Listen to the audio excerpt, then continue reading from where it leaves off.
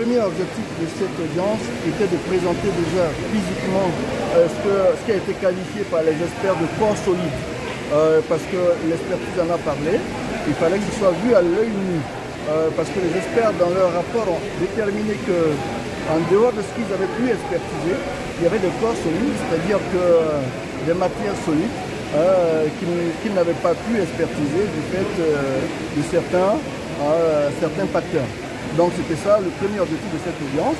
Ensuite, il était question de déterminer s'il fallait, oui ou non, terminer l'expertise de ces corps solides avant de continuer l'audience, ou bien est-ce qu'on pouvait faire l'audience sans. Je pense qu'à l'issue des débats, je pense qu'il est ressorti que toutes les parties, de façon quasi unanime, ont estimé que pour une bonne administration de la justice, afin que la décision à venir ne puisse souffrir d'aucune contestation possible, qu'il n'y ait aucun équivoque autour, pour permettre que ce soit expertisé, qu'on nous dise sur ces 138 kilos restants, quelle en est la teneur exacte, en rappelant que la cargaison était estimée à près de 440 tonnes. Donc tout le reste avait déjà été expertisé. Et ce qui en est ressorti essentiellement, en tout cas du rapport d'expertise, c'est que la teneur en or dans sa partie expertisée était anormalement élevée par rapport aux normes. Ils ont estimé que c'était 13 fois au-dessus de ce qui était admissible dans les normes en termes de charbon fin. Donc maintenant ce qui reste, c'est savoir dans les corps solides, est-ce qu'il y a de l'or, oui ou non? Est-ce qu'il y a d'autres matières, c'est composé de quoi exactement, afin que nous puissions fonctionner?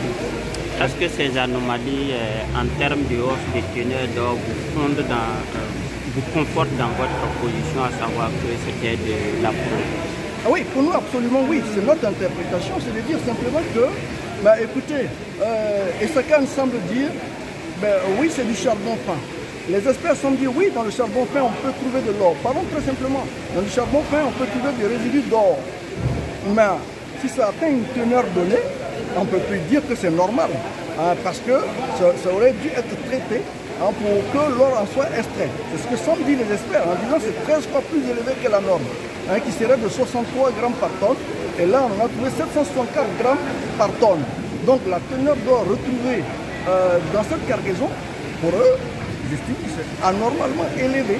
Donc pour nous, ça voudrait dire maintenant, le débat va nous montrer, parce que l'autre partie de ce que Esakan semble dire, c'est de dire que même s'il y a eu de l'or dans cette cargaison, ça n'a pas été fait à dessein de fraude.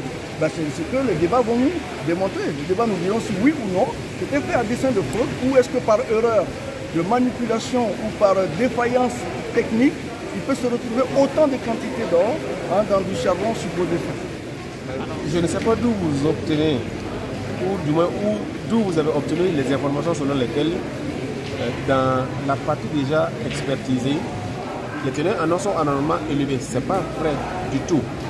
Dans la partie qui a déjà été traitée, les experts, sur la base des laboratoires du Intertech et d'ALS, ont abouti aux conclusions que la teneur d'or qu'ils trouvent est de 730 grammes par tonne.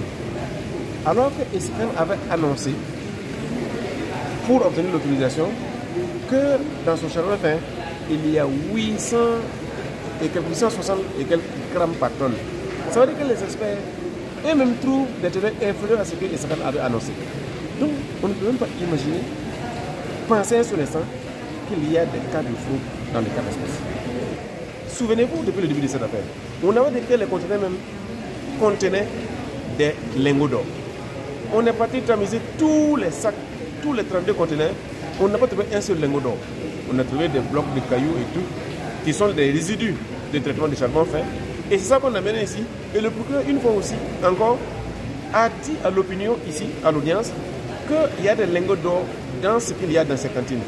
Vous avez dit tout simplement aujourd'hui, un seul lingot d'or n'a pas été vu ici. Pour nous, c'est là même clos le débat. Pour nous, ce procès est à plus de 80%. Parce que si on vous dit que vous avez... Nous n'avons jamais dit qu'il n'y a pas de l'or dans le charbon fin, attention. Et nous avons dit à l'État, lors de nos requêtes, qu'il y a de l'or qui est dedans, mais que les capacités techniques au pays ne permettent pas de les extraire.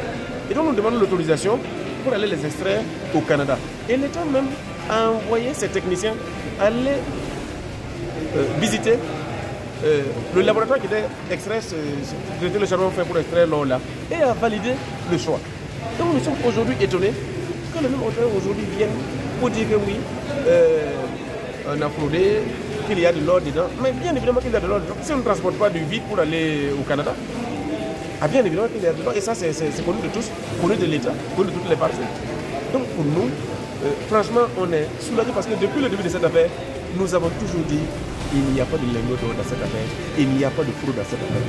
Et les propos qui tiennent à faire croire que les teneurs sont anormalement élevés, c'est tout à fait faux, c'est tout à fait inexact.